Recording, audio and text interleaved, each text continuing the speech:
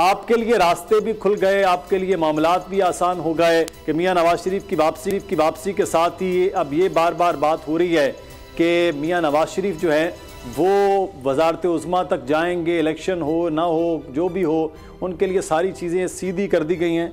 तो सर आप इंतखाबात की बजाय कहीं और राब्ते कर रहे हैं। देखें, अभी तक तो मियां नवाज शरीफ साहब की सिर्फ जो अपीलें हैं वो एक्सेप्ट हुई हैं, केस तो चल रहे हैं और उनको एक बेल मिली है, तो सजाएं तो नहीं ख़त्म हुई। तो ये जो तासुर बनाया जा रहा है ये गलत है। मुस्लिम लीग नून जो है वो लेवल प्लेइंग फील्ड सबके लिए चाहती है। मुस्लिम लीग नून फ्री, फेयर और ट्रांसपेरेंट इलेक्शंस चाहती है और मुस्लिम लीग नून मुतहरिक है मियां नवाज शरीफ की वापसी पे। हमारा वर्कर जो है वो भी मुतहरिक है, उसमें एक नया वलवला है।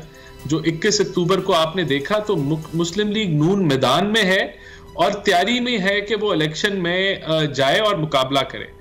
बाकी जमातें जो हैं वो पता नहीं क्या वजह है कि वो तैयारी के बजाय इल्ज़ामात की बौछार कर रही हैं, जिसकी कोई लॉजिक और सेंस नहीं बनती। एक एक करके अगर आप उनका जो पॉइंट है वो देखें तो हर एक का जवाब मौजूद है कि इलेक्शन एक आध फर्द की वजह से लेट हुआ, ऐसा नहीं है। इलेक्शन तो CCI के सेंसस नोटिफाई करने की वजह से लेट हुआ, जिसमें सब जमातें शामिल थी। तो आज वो इसका इल्ज़ाम जो है वो किसी और चीज़ पे देंगे। तो मैं समझता हूँ कि PMLN तो जो है अल्हम्दुलिल्लाह तैयारियों में इलेक्शन की और एक भरपूर मेजॉरिटी के साथ इलेक्शन में जो है वो अपने नंबर लेगी सूबाई और कौमी असेंबली।